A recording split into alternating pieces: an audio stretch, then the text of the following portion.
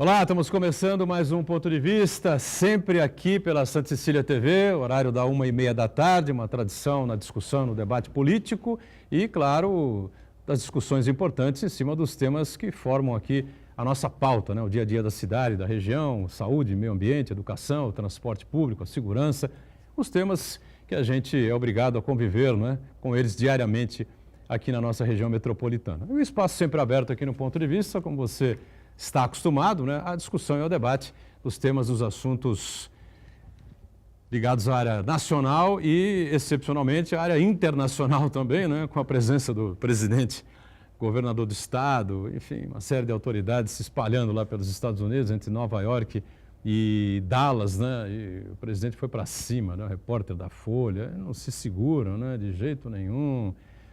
A Folha de São Paulo, toda a Folha de São Paulo, todo mundo tem que voltar para a faculdade, faz uma faculdade que preste, para você aprender a perguntar, minha filha. Imagina se um presidente da República precisa ter uma postura dessa, falar dessa forma com a repórter, faz a correção ali na hora da pergunta que ela fez e responde corretamente, dá a mensagem que você acha que tem que dar para o leitor do jornal, né?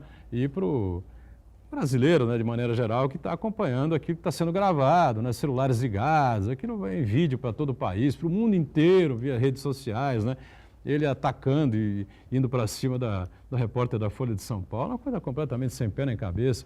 E o pior que tudo, né, bater continência para a bandeira dos Estados Unidos. Onde é que nós fomos amarrar o nosso burro, amigo? Pergunto para você, que tanto me encheu o saco durante a campanha eleitoral, ainda me enche, para na rua para falar uma série de coisas. Bater continência para a bandeira dos Estados Unidos, hein? Onde nós fomos parar? Meu Deus do céu! E a bolsa desabando, o dólar subindo, a economia travada, PIB negativo, e o presidente aí indo lá em Dallas, falando lá, Brasil e Estados Unidos acima de tudo, Deus acima de todos. Olha, só Deus realmente para salvar a pátria no instante que nós estamos vivendo. Deus queira, né? Deus queira que haja aí algum milagre, alguma reversão, né? E que a partir do próximo semestre, ou sei lá eu quando, próximo mês, 2 meses, não sei, a coisa mude, rapidamente haja a aprovação da reforma da Previdência, que não vai acontecer, né? Precisa de um debate mais aprofundado sobre isso, e as coisas melhorem aí em relação à economia do país. Porque do jeito que vai, o governo Bolsonaro, quer queiram, quer não queiram, piorou a situação econômica e financeira do Brasil.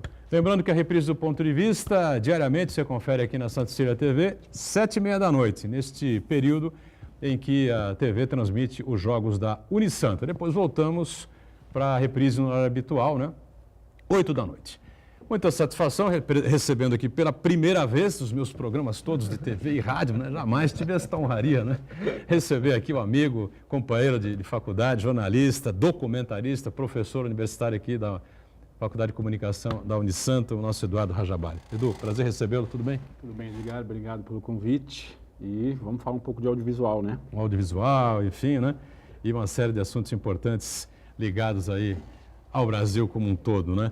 Fernando Chagas, cientista político, que não me deixa mentir, né?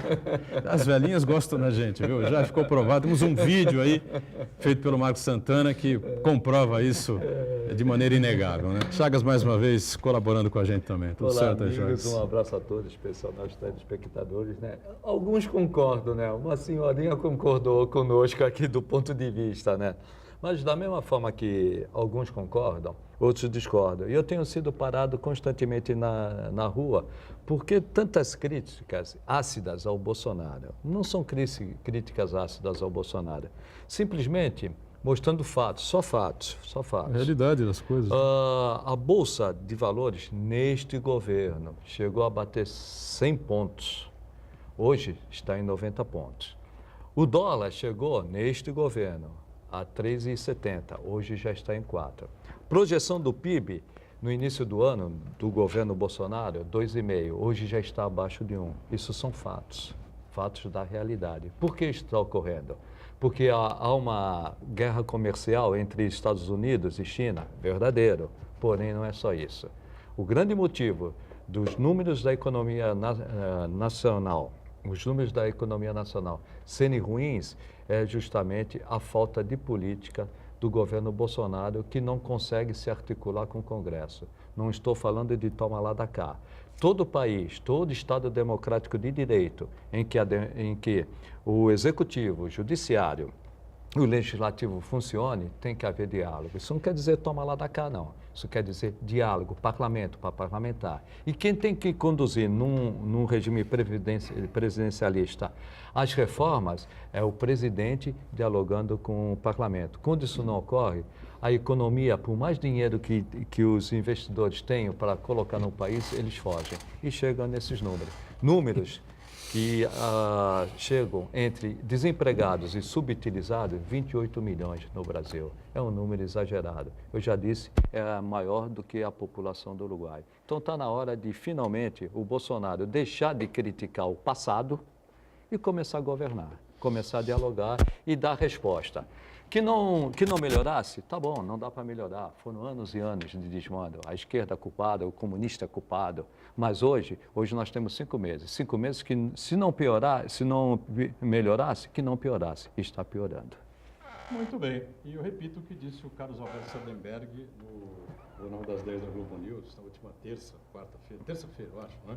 Quando Paulo Guedes foi pedir o pinico lá ao Congresso Nacional, a verba suplementar, porque senão não vai pagar as contas, o dia do estamos no fundo do poço, né? Assumido pelo mesmo ministro que em novembro, dezembro, diria que as coisas iam andar completamente diferentes, enfim, porque vamos aprovar rapidamente a reforma da Previdência. Uma piada, como já disse aqui várias vezes, vou dizer mais uma vez, a reforma da Previdência precisa ser debatida, amplamente debatida e com a participação da sociedade.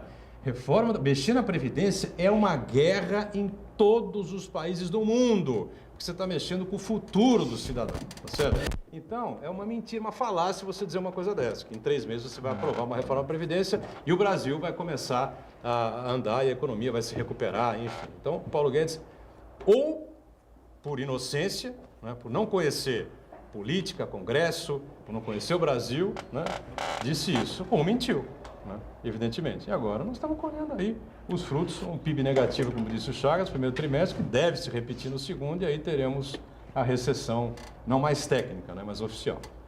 Marcos Santana lá na ponta, sempre acompanhando as redes sociais, as transmissões nossas aqui do Ponto de Vista, e a sua participação é sempre muito importante aqui conosco. Tudo bem, Santana? Tudo bem, boa tarde a todos. Bem acompanhados hoje aqui, né? Isso, uma alegria muito grande receber Eduardo Rajabali.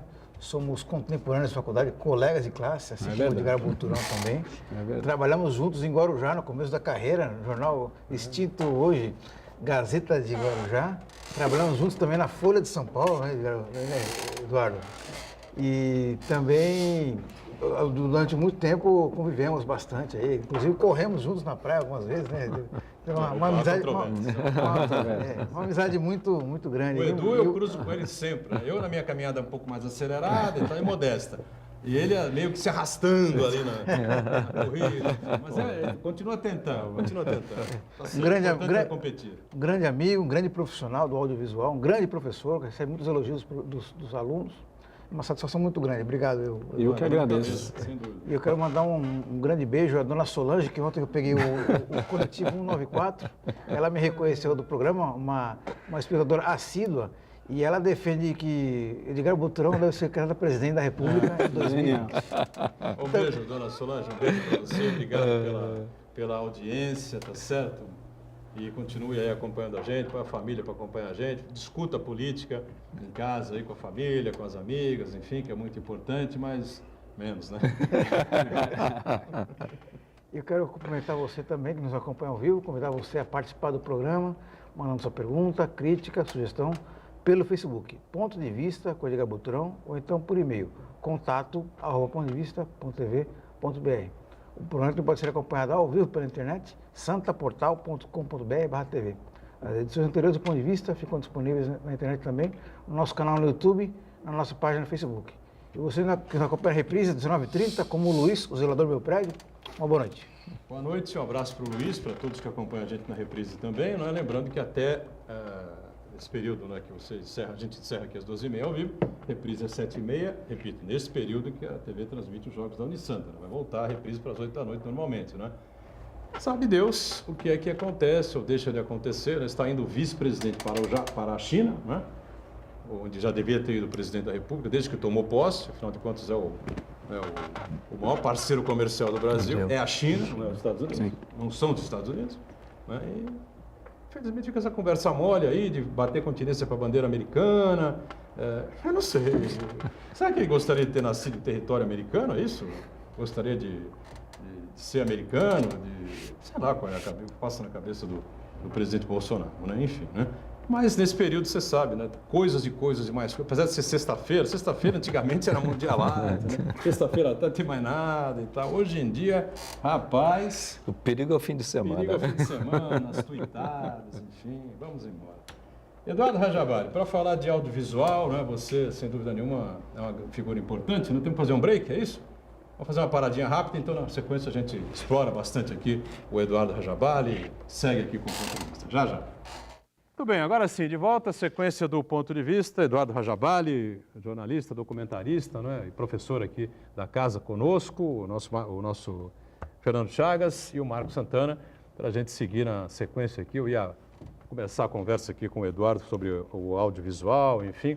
Essas produções de audiovisual, em algumas delas, ou várias delas, ou nenhuma delas, tem aí necessidade ou a procura ou a possibilidade de apoios através da Lei Rouanet ou não? A gente não trabalha Não trabalha com isso, trabalha não. com a Lei Rouanet, até porque acho que estaria em maus lençóis se trabalhasse, né? Mas o audiovisual no Brasil é uma indústria que cresceu muito, é relativamente jovem, né? É do meados dos anos 90 para cá e cresceu muito nos últimos anos, né? Com o incentivo do Estado, evidentemente. Nós não temos uma Hollywood, né? Não temos Broadway, não tem mercado, Nem né? sonho, né? Então é evidente que a cultura brasileira também não é tão bem tratada assim, haja vista que extinguiram até o Ministério agora. Mas Mas a atividade se encaixaria no setor cultural, é o isso? setor cultural, né? né? A gente tem uma agência reguladora que é a Ancine, né? Exatamente. E que você submete muitos projetos, os projetos que precisam de dinheiro incentivado, que se enquadram na legislação, eles são submetidos à Ancine. A Ancine faz toda a avaliação desses projetos, né? Para saber se eles têm a proposta é correta, se o orçamento está de acordo, né? E liberam para você ir atrás. E depois, obviamente, tem toda a prestação de contas. O que aconteceu no Brasil nos últimos 20 anos, aí, o avanço do audiovisual, né? Uma indústria que cresceu demais, emprega mais de 300 mil pessoas, contribui para o PIB nacional, é que a Ancine não está dando conta da quantidade de produções e de projetos que tem no Brasil, né? Então, a gente sabe que a burocracia é um entrave também no país, na Ancine não é diferente. E o que está acontecendo hoje é que os projetos estão travados, né? Houve um embargo do TCU porque há um passivo de vários projetos também que não houve prestação de contas, porque não conseguiu dar vazão, eles não conseguem dar vazão. Então está uma situação muito estranha, porque hoje no país a gente tem um mercado em ascensão, o audiovisual está bombando, né? Mas a agência reguladora, o órgão regulador do governo não dá conta de fazer a máquina funcionar, fazer isso tudo funcionar. Então, hoje a gente está vivendo nos últimos 2, 3 meses um impasse, porque esses recursos não estão sendo repassados para o setor audiovisual. Isso que você está falando está ocorrendo, já até discutimos aqui, em todo o governo federal. Eles fizeram uma troca, inclusive, que a gente chama da burocracia profissionalizada. Aquele servidor que está lá exercendo a sua atividade, a sua função, e ele é retirado e tem um conhecimento muito grande, devido a vários anos. Aí bota uma outra pessoa, que mesmo sendo servidor, não é daquela área. Sim. E acaba paralisando. Isso está acontecendo no Ministério da Economia, em todo... Mas indo mais além, você falou que nos últimos tempos, nos últimos 10, 20 anos, teve um crescimento. Isso deve-se muito também à TV por assinatura ou não tem nenhuma relação? Sim, não, quando a gente fala do mercado audiovisual no Brasil, a gente está falando do mercado audiovisual independente, né? Fora das emissoras tradicionais.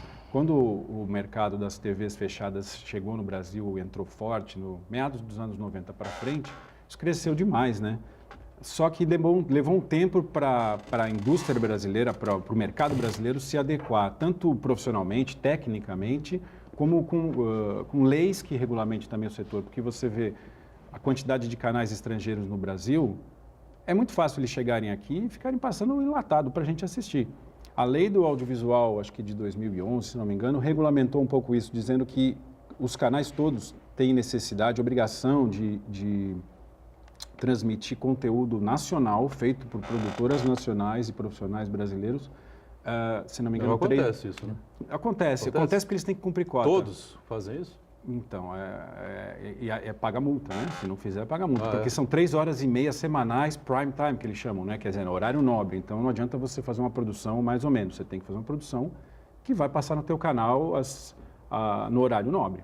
Né? Então, isso movimentou demais o setor. Então, você vê que canais estrangeiros, os canais Fox, né, Geo, Discovery, tanto History, todos eles passaram a produzir conteúdo no Brasil, com profissionais brasileiros. Isso é muito bom, porque você começa a ver nesses canais estrangeiros um pouco da nossa realidade, com o olhar de brasileiros também sobre as situações do nosso país, né? Eles querem operar aqui, eu acho ótimo, trazer todo esse conteúdo mundial para dentro da nossa casa, mas abrindo espaço também para a produção local. E aí precisou de um tempo também para que o mercado nacional se adequasse a isso, né? Quer dizer, formação de profissionais, você trabalhar dentro das normas internacionais, né? Qualidade de imagem, de som, de conteúdo, tudo isso foi um período que, esses últimos 15, 20 anos, o mercado brasileiro teve que se ajustar. Nesse contexto dessa expansão do audiovisual brasileiro, da produção audiovisual brasileira nos últimos anos, a gente percebe um destaque muito grande da produção de documentários, né? E eu queria saber de você se esses documentários eles são preparados mais para o público interno, ou você acha que ele tem condições de ele ser vendido, de ele ser distribuído em outros países? Se as temáticas nacionais, elas encontram uma audiência na Europa, nos Estados Unidos ou mesmo na Ásia? Encontram, né? Eu acho que meu trabalho é com não ficção. Eu não trabalho com ficção, eu trabalho com séries para televisão e documentários, mas na área da não ficção. Documentários e séries documentais, de vários formatos diferentes. Mas hoje a gente vê, já de tempos para cá, não é só hoje, né? Muitas produções nacionais buscando parceiros lá fora. Então, canadenses, franceses, alemães, japoneses às vezes, mas basicamente esses são os que holandeses também. E aí a gente faz o que a gente chama de coprodução, né? E há muito interesse deles lá também por narrativas e histórias brasileiras. Isso é muito interessante, é muito bacana. É claro que, a partir do momento que você estabelece algum tipo de coprodução, eles também vão querer pôr a mão, também vão querer palpitar, evidentemente, vão querer participar da elaboração daquele conteúdo e tal. Mas sim, eu acho que cada vez mais o audiovisual brasileiro, especialmente na minha área, que é não ficção, encontra mais espaço lá fora. Só para entender, a produção, evidentemente que ela tem que se pagar e gerar um lucro, né? Aí o produtor vai atrás do patrocínio? Tem várias maneiras, né? Tem várias maneiras. Uma das maneiras, por exemplo, os canais, eles são obrigados a manter um fundo que depois de um certo tempo é revertido para essas produções. É quase como se eles tivessem que ter uma conta onde eles vão depositando um dinheiro lá e aí esse orçamento anual ou por algum período, isso é destinado às produções brasileiras. Então tem várias maneiras de fazer com que a produção audiovisual funcione. Às vezes também, dependendo do artigo, da lei onde você se enquadra, você vai atrás de empresas que têm a ver com o seu projeto, se é algum tipo de renúncia fiscal. Nunca achei que, como é dito até agora nesse governo e tal, que isso é um dinheiro que sai da educação, que sai... isso é uma falácia, isso é uma bobagem, né? Num país que precisa de cultura e precisa de produções, teatro, festivais culturais, né? Feiras de livro, de tudo isso que acontece no Brasil... a Lei Rouanet, isso é mais a Lei Rouanet, né? A minha parte é mais audiovisual, mas a Lei Rouanet cuida de tudo isso. Como é que você vai montar uma peça de teatro, por exemplo, um musical, o Rei Leão? Como é que você vai montar uma peça dessa, um espetáculo desse no Brasil? Com a iniciativa privada? Nós ainda não temos essa cultura e nem essa indústria por trás. Então, Ficou concentrado muito em São Paulo e Rio, né? e o nosso país é um país que ainda não tem muito o hábito do teatro. É um país pobre, as pessoas não têm dinheiro, as pessoas precisam trabalhar por comida na mesa, pagar a escola do filho, né? Claro. Então, Tem sim, prioridades, né? Tem prioridades. Então, eu acho que ainda no Brasil, o Estado pode muito contribuir até que se possa andar com as próprias pernas. Então, E tem uma diferença, muito se compara, né? Principalmente esse atual governo. Nos Estados Unidos, a coisa é diferente. A livre iniciativa, claro, né? mas aí parece coisa boba, mas não é. Aí a fundamentação é a tributação. Nos Estados Unidos, a tributação da herança é tamanha, que ele não deixa para os seus sucessores. Então, o que ele faz? O dono da Google, o dono da IBM, ainda tem IBM, não sei, né? Ele não pode deixar o dinheiro dele, pessoal, para o seu filho, para os descendentes. Então, o que ele faz? Ele abre uma fundação. Essa fundação, arte, cultura, esporte, e garante. Aqui não, aqui o brasileiro, qualquer brasileiro, até porque não tem essa tributação, quer acumular riqueza para deixar para os seus sucessores. Então, tem essa grande diferença. Isso também, Agora, tirando todo esse meandro legal, esse entrave atual que a gente está vivendo dentro do audiovisual, é um setor que cresce demais. O audiovisual é a linguagem, a meu ver, do futuro. Eu acho que ele ainda não é bem explorado, assim, isso é uma das coisas que eu gostaria de me dedicar mais, ainda não consegui, que é encontrar uma linguagem audiovisual voltada para a educação, para a jovem, criança, porque a gente vê a nova geração e é uma geração do audiovisual. Hoje em dia você vê, cada pessoa é um canal. Cada pessoa tem o seu canal, fala as suas coisas. Antigamente a gente tinha canais, eram poucos, né? Na minha época eram poucos. Depois a gente teve uma expansão de canais. Agora a gente tem, cada pessoa é um canal. Transmite ao vivo? Transmite ao vivo, né? E as pessoas se falam por audiovisual, né? Gravam mensagens e mandam para as outras. Coisas boas e coisas ruins. Coisas boas e coisas ruins, com certeza. Então, eu acho que, infelizmente, muitas vezes, muito mais coisas ruins do que boas, né? Conteúdos negativos, muito mais do que positivos. A gente está num momento de abertura, de expansão. Né? Mas eu acho que é uma linguagem que, assim, ela veio para ficar e a televisão, o cinema, enfim, precisa sempre de novas histórias. Você precisa de novos conteúdos. Ô Chagas, para a gente não perder aí o fio da conversa, né? Essa questão dos contingenciamentos, né, que vem sendo tão discutido, tão debatido, segura o dinheiro e tal, não sei o quê. O teto de gastos criado no governo anterior, aprovado no governo anterior, é o principal responsável, ou um dos grandes responsáveis, né? Isso. Por essas situações. Também a gente tem que deixar claro aqui que não é a cabeça do presidente da República, do Bolsonaro, que inventou esses cortes, quer cortar tudo, enfim. Ele falou uma coisa correta, né, agora em Dallas, né? O pessoal quer o quê? Que eu sofra impeachment, né? Que fure a lei de responsabilidade fiscal, enfim. Tem uma relação direta, né? Tem a questão econômica, né, que, principalmente financeira. Se estourar o teto de gasto, a dívida aumenta. Mesmo que não tivesse o teto de gasto, a dívida aumentaria. Hoje nós estamos em 78% do PIB, deve chegar a 83%, 84%. Esse não é problema, nós só teríamos o quê? Um déficit fiscal maior, né? E, consequentemente, uma recessão.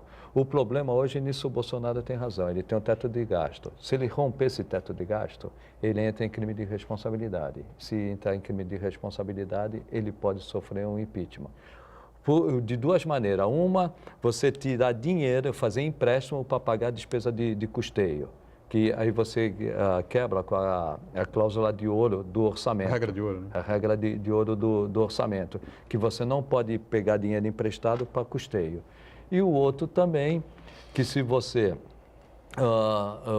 pegar a economia toda e gastar todo o seu dinheiro em determinado custeio, no custeio, você não vai ter dinheiro para investimento. E não tendo dinheiro para investimento, o Brasil não cresce. Então tem um aspecto legal, que é estourar o teto, crime de responsabilidade. E tem o outro lado, se você gastar mais do que arrecada, você provoca um déficit e, consequentemente, provoca recessão. Agora, se o PIB do primeiro trimestre não tivesse dado negativo, a arrecadação aumentaria. A arrecadação aumentaria e a linha de corte também, né? Também.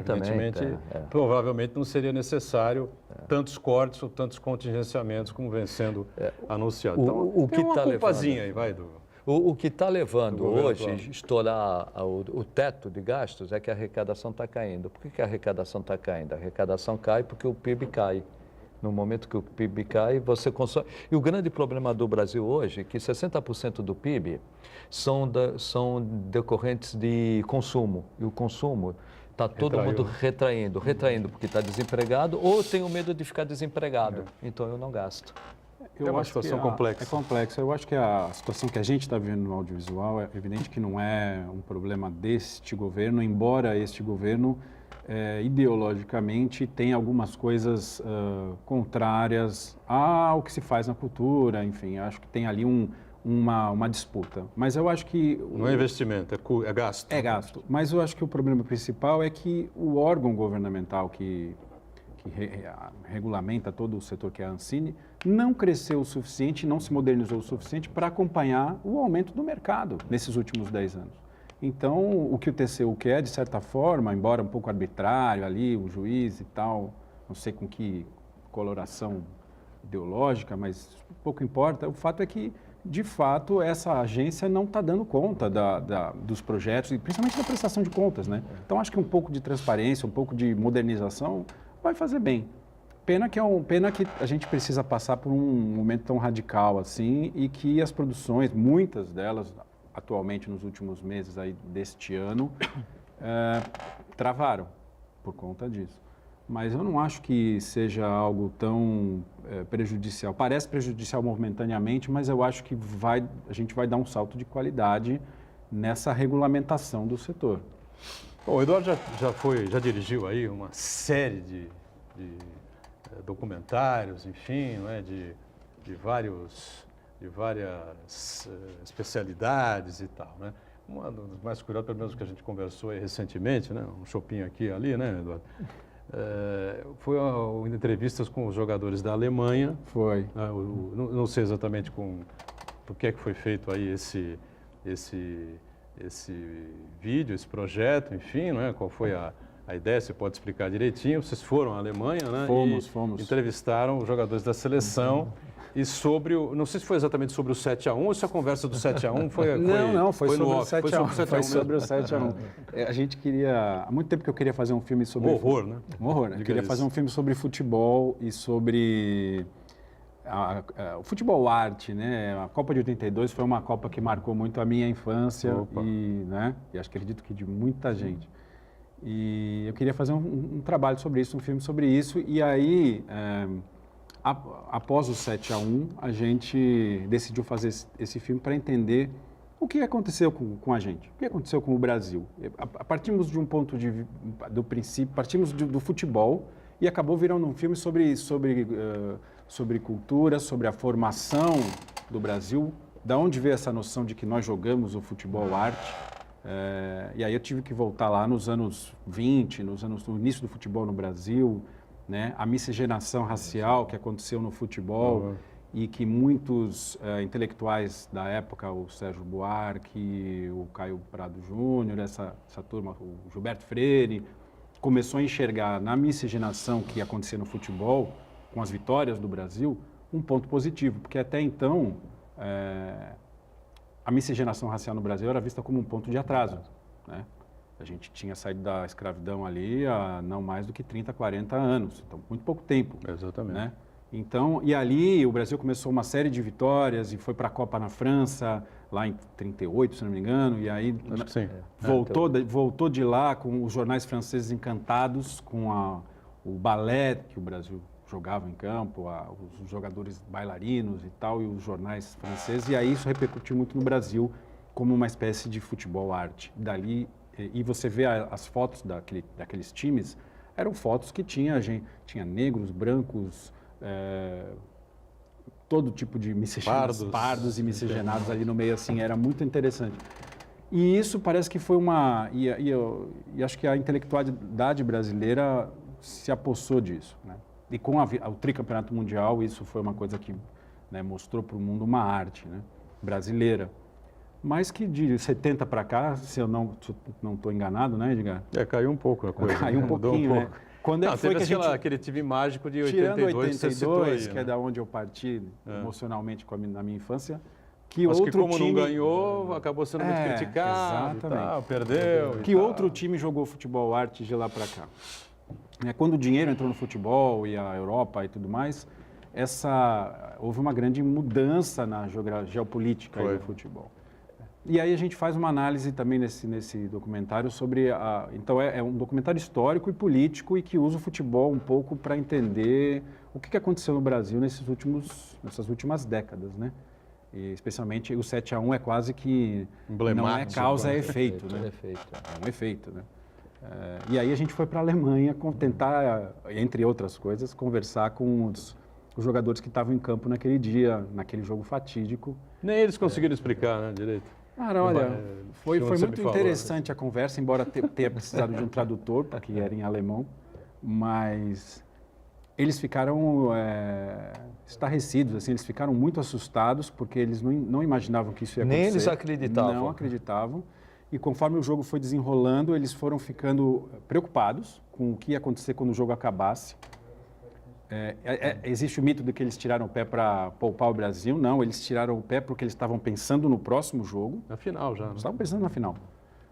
Então Só para lembrar, virou 5-0. Virou 5-0 aquele jogo. E no final do jogo eles ficaram muito tristes. Eles falaram que nem comemoraram. Foram direto com os brasileiros, estavam no chão, chorando, aquela tragédia toda. Mas mesmo a tragédia, isso que também foi interessante pesquisar durante esse trabalho, que nós entendemos essa tragédia de um jeito meio tragicômico, né? 82 foi uma tragédia, 50 foi uma tragédia. 2014 foi... No meio tempo já tinha meme na internet, né? Então a geração... O brasileiro faz gozação da sua própria desgraça, né? Isso é uma coisa assim... Mas no futebol não parecia que era assim, né? Acho que de 2014 para cá isso ficou bem marcado, né? Não foi uma derrota que a gente sofreu, mas assim, ironizou muito, né? Mas aí debochou também não muito também, né? é a tua área. O próprio celular hoje, né? Com essa facilidade de comunicação, ele faz da tragédia até uma brincadeira com ele mesmo. Eu acho que sim. Isso em 50 não tinha, tanto que o Barbosa foi crucificado e o goleiro da seleção brasileira de 2014 não foi crucificado, né? Também não tem muito a ver hoje com essa comunicação rápida, tudo é muito rápido. Com certeza, né? Tem, né? Eu acho que você levantou um Instantâneo. ponto interessante, porque dentro dessa discussão que a gente levantou, que como a miscigenação é boa, como o Brasil aqui não tem racismo. Imagina, hein? Em 1950 a gente perde, quem é o culpado? Barbosa. Aliás, quem são os culpados? Os 3 negros do time, né? O Barbosa e acho que o zagueiro, mais um. Isso. Então, isso também mostra esse caráter nosso de dizer uma coisa, mas por baixo a realidade é um pouco diferente, né? Então, o racismo no Brasil é uma enorme realidade, triste, né? Mas que durante muito tempo a gente escondeu isso sobre uma carapaça de que aqui todo mundo convive em harmonia e é tudo lindo e maravilhoso. Desde que o negro fique lá embaixo, né? Pobre, não é bem miserável, assim. Então. Pagando o preço de ter sido colocado em liberdade sem a mínima possibilidade de se virar sozinho. Aliás, alguns dizem que é verdadeiro, outros dizem que é folclore. O Fluminense, né? Pó de arroz, né? Sim, é verdade. É verdade Porque essa pesquisa foi interessante, porque lá no Rio de Janeiro, onde surgiram esses times, o Fluminense primeiro, né? O Olaria era muito forte. Os jogadores eram times de brancos, né? Os negros ficavam em volta, os mestiços, sei lá, os pardos, né? Assistindo, ou no máximo indo pegar uma bola lá, gandula, né? Só que eles jogavam melhor que nós. Né? O Vasco foi o primeiro, né? Abriu o espaço. O Vasco foi o primeiro e começou a ganhar títulos por conta disso. Aí, aos poucos, os outros começaram a colocar... entendendo que não tinha como. E aí, para disfarçar, veio a história de pintar ou deixar o rosto mais... branquear o rosto com pó de arroz. Branquear o rosto, exatamente. É uma história engraçada, mas é triste, né? O Fluminense fazia isso, né? Maquiava o rosto dos jogadores, enfim, para não assumir que estava colocando negros no time para poder se equiparar a Vasco. Flamengo também que seguiu, né? Sim. Logo na sequência do Vasco, enfim. É uma coisa realmente espantosa. E tem aquela coisa do drible, né? Do drible ter surgido no Brasil por conta da ginga, né? E como é que surgiu a ginga? Do negro escapando da chibatada, né? Dos feitores, né? Os capatazes, seriam gerentes das fazendas, enfim, né? E, E no os negros campo, escapavam, fugiam com a ginga e tal, não sei o quê, não se deixavam agredir, né, com facilidade. E no campo, ao branco era permitido fazer a falta no negro. O negro não era exatamente, permitido fazer a falta no branco. Então o que ele tinha que fazer? escapar, né? Ele dizia que ia para um lado e ia para outro. A finta, né? A finta, o jogo a de finta, cor. isso. Então o futebol brasileiro é uma arte negra maravilhosa, porque o que distingue a gente dos demais, ou distinguiu durante muito tempo, foi justamente essa, que era uma artimanha, mas que virou uma espécie de arte mesmo. Então o futebol no Brasil não é só um esporte. Durante muito tempo, acho que nessa formação, durante o século XX, o futebol brasileiro, houve uma tentativa de explicar a sociedade brasileira através do futebol. Então o filme é um pouco sobre isso. Por essas e outras que eu defendo fervorosamente o Neymar. Né? Sou criticado por um monte de gente. Não defendo as atitudes do Neymar, não é isso, entendeu? Dar um soco no torcedor, aí não dá, né? rolar no chão, isso são exageros que ele comete, a gente é obrigado a ter que reconhecer. Mas eu já falei aqui outras vezes, na época da Copa do Mundo, falava isso. O Neymar talvez seja um dos 2, 3, 4 jogadores no mundo que quebram o padrão europeu do futebol, que é o domina e passa, domina e passa, domina e passa. Claro que o domina e passa também você precisa ter técnica. Você tem que dominar a bola e dar óbito na bola. A bola tem que morrer no pé para você imediatamente dar um passo para quem está mais próximo. É um jogo bonito também de se ver, não tem dúvida. Mas essa arte que o Eduardo acaba de colocar aqui, não é? De restabelecer aqui, é uma coisa nossa, né? Que vem dessa mistura Brasil-África. Tanto enfim, é que né? quando você vai, a gente foi na sede da FIFA lá em Zurique, na Suíça, e a entrada do prédio está escrito assim, jogo bonito, em português, com uma foto enorme da seleção brasileira, camisa amarela. Quer dizer, a entrada da FIFA lá é na Suíça. Então, a mensagem é essa, né? O jogo tem que ser bonito. Então, Marcos Santana, diga. Então, eu gostaria de aproveitar a presença do Edu para ele falar um pouquinho sobre um outro projeto muito interessante, que é o da economia circular. Eu queria que você explicasse para a gente o que vem isso aí e como é que está sendo esse trabalho. Pois é, isso foi Os projetos vão chegando, assim, muitos projetos eles morrem pelo caminho, alguns vão para frente, né? Esse projeto da economia circular, eu comecei a maio, junho do ano passado, e a gente está agora na fase final dele, que é a fase de montagem e finalização. Estamos trabalhando nesse corte que a gente chama do filme, né? Uma primeira montagem, assim. E o assunto é muito interessante, eu não entendia nada, nem sabia nem o que era. E aí cada vez que você entra num trabalho, você começa a estudar, vai ler, vai pesquisar e vai se informar para entender a melhor maneira de contar aquela história. E a economia circular foi uma descoberta para mim. Em poucas palavras, vou tentar resumir, o que eu descobri é o seguinte: nós vivemos hoje num sistema que se chama economia linear, onde você extrai, você produz, você consome e joga fora. E você cria descarte, lixo, né? O lixo é um erro de design, como eles dizem lá. Por quê? Porque a natureza não inventou o lixo. Quem inventou o lixo foi o ser humano. Então, qualquer tipo de coisa que você descarta e não tem mais utilidade, é porque o desenho daquela peça está errada, porque você poderia aproveitá-la mais tempo, ou quando descartar, você conseguir reintroduzir ela nessa cadeia produtiva. Então, o sistema da economia circular, ele, num primeiro momento, ele tenta defender a ideia de que a gente consiga, ao máximo, trazer esses descartes, dar um valor para esses descartes, o lixo que a gente chama, para que ele volte para a cadeia produtiva como matéria-prima, né? A maior parte dos minerais, o petróleo está cada vez mais difícil de você tirar, mais caro, né, também. Então, tem muita matéria-prima que a gente simplesmente joga fora.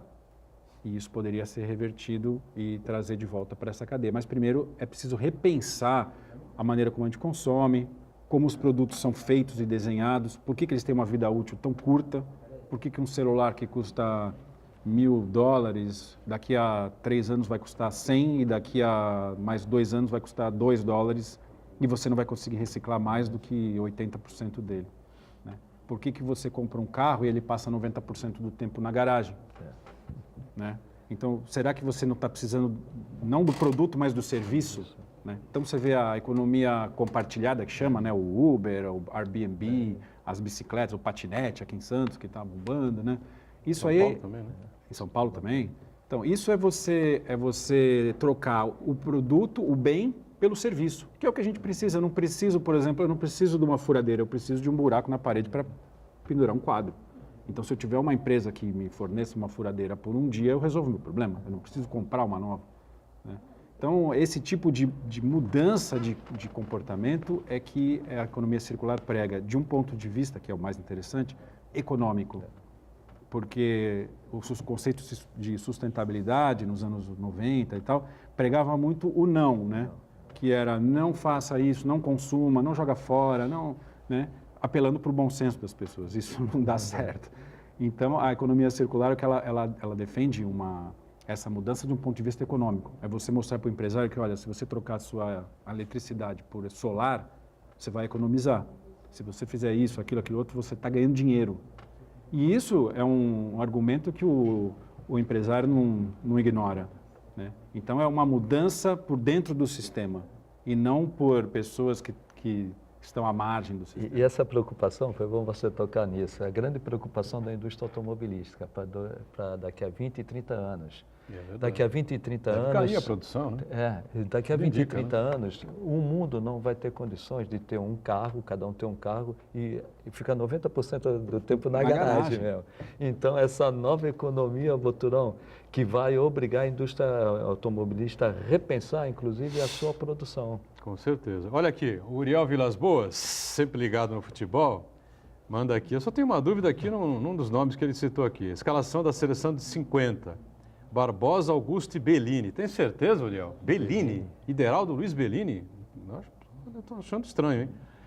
Eli, Danilo e Bigode, Tesourinha, Zizinho, Ademir, Jair e Chico. Aqui, daí para frente, eu acho que é isso mesmo, viu?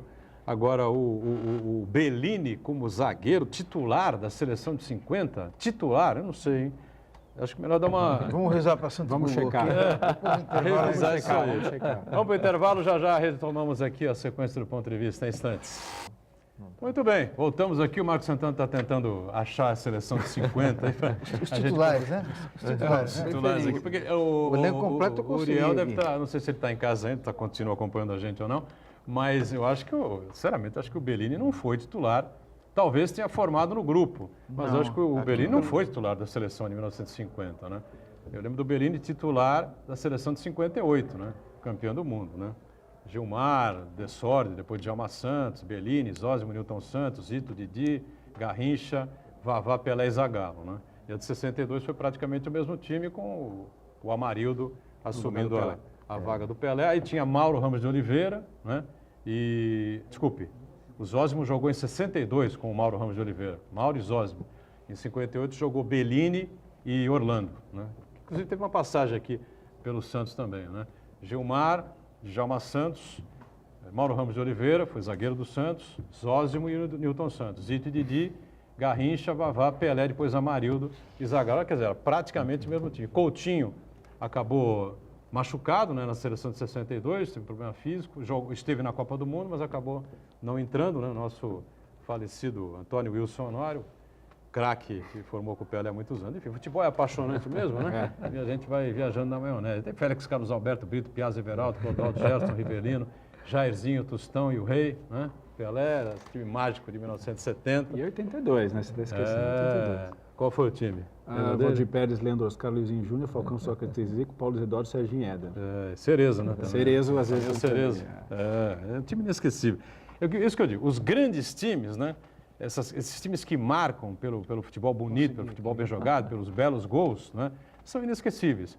Como se eu digo isso para quem quiser discutir comigo, você se reporta à Copa do Mundo de 1974, ninguém fala do campeão.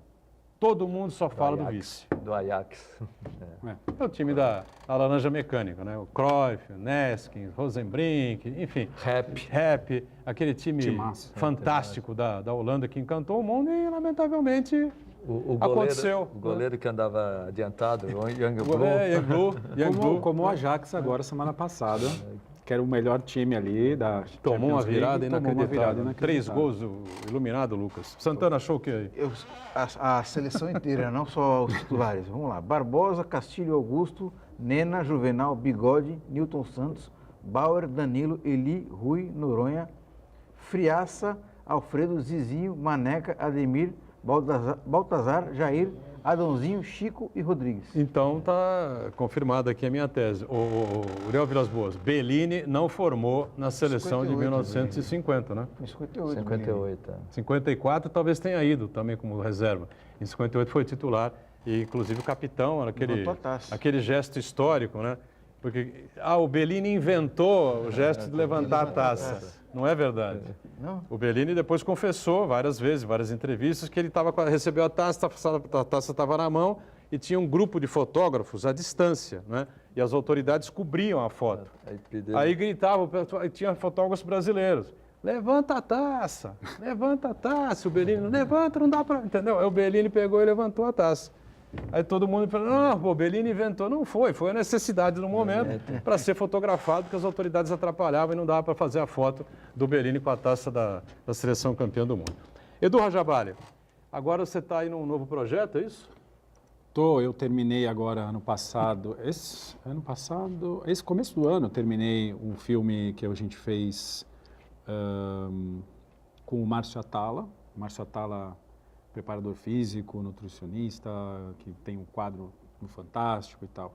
E o Márcio tinha uma ideia muito interessante, a gente se encontrou no começo de 2016, você vê como demoram as coisas, para fazer um filme sobre sedentarismo, que é um dos males silenciosos do século XXI e responsável por doenças crônicas, né? O nosso estilo de vida nas cidades não colabora muito para a gente se movimentar, né? A gente está sempre indo de um lugar para o outro, mas não está fazendo exercício, né?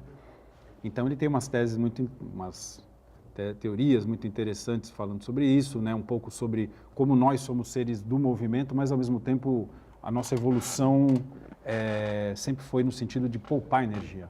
A gente, né, éramos caçadores, coletores, você nunca sabia quando ia comer de novo, então você sempre poupa energia. E hoje é quase que natural na gente. Se você está no shopping e tem uma escadaria e uma escada rolante, você vai para qual? Escada rolante, claro. Óbvio, né? Então, e aí a gente viajou ano passado, fomos para 6 países, fomos para a Ásia, fomos para a Europa, Estados Unidos, um monte de lugares, para entender como diferentes sociedades lidam, e diferentes problemas, assim, alguns muito parecidos com os nossos, como lidam com o problema do sedentarismo, com o nosso estilo de vida, que é uma armadilha hoje, né? Principalmente a criança hoje, né? Sim, quanto tempo a gente passa sentado todo dia, né? Nossas profissões hoje são praticamente o tempo todo sentado. Na frente do computador. Na frente do computador. Ou do celular, né? Ou do celular. Então, assim, como a gente sai dessa armadilha, né? Você vê, eu pego os últimos 50 anos aí, essa mudança de comportamento dos últimos 50 anos, você vê a população mundial ficando mais obesa. E aí vem doenças, né? Doenças cardíacas, diabetes, né? A gente foi conversar com um monte de especialistas, né? Então eles falam que exercício físico realmente não só ajuda a prevenir algumas dessas doenças, até câncer ajuda a combater, como reverter sintomas, né? Então o exercício físico ele não é uma fonte primária, mas ele colabora para ajudar no combate dessas doenças que são as piores da atualidade, as doenças crônicas, né? E os hábitos mudaram, né? A minha, pelo menos, né? A do Boturão também. Nós jogávamos taco na rua, corríamos pela rua, roubava a goiabeira. Bola na praia. Bola na praia. Hoje a criança fica, até por causa da violência do trânsito, fica em casa. Para brincar, você tem que ou ir à praia, ou ir ao clube, ou em algum lugar, ou na escola. Né? Você não tem mais essa mobilidade que a gente rua tinha virou antigamente. Lugar de perigo, né? De perigo. Diga, Santana. Miriam Gil acompanha a gente aqui. Ela pergunta se a economia circular é apenas um sonho ou um dia teremos que ela se torne realidade. Olha, a gente... Não é sonho não, né? Não é sonho. Nós passamos ano passado 20 dias na Holanda, que é o berço da economia circular. Por que a Holanda? Porque a Holanda é um país pequenininho, metade da Holanda ficava embaixo d'água.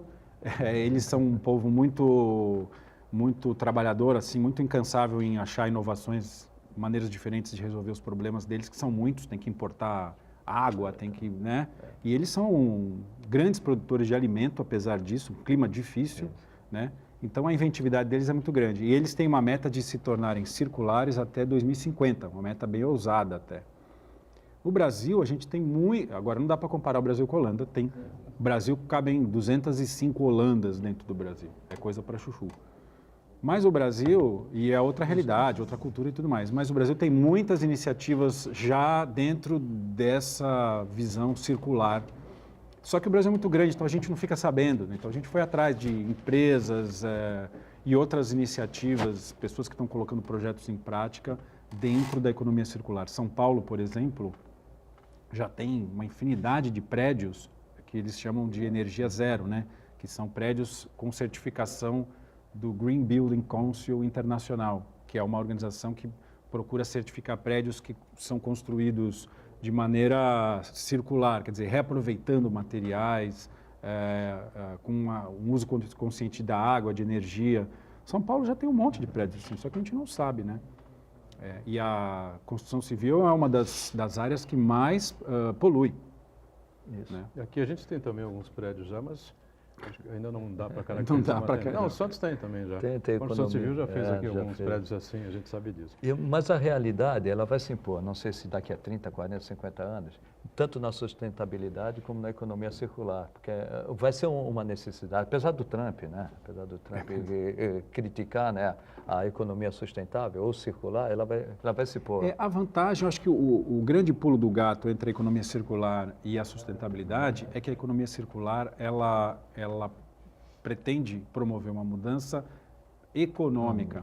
E é aí que pega, porque se você falar, não, e faz isso que você está ajudando a salvar o planeta, pode ser muito bonito, mas provavelmente o empresário, os grandes grupos, eles não vão fazer. Se tiver que perder dinheiro... A necessidade que vai obrigar. A necessidade que vai obrigar, só em último caso ele vai fazer.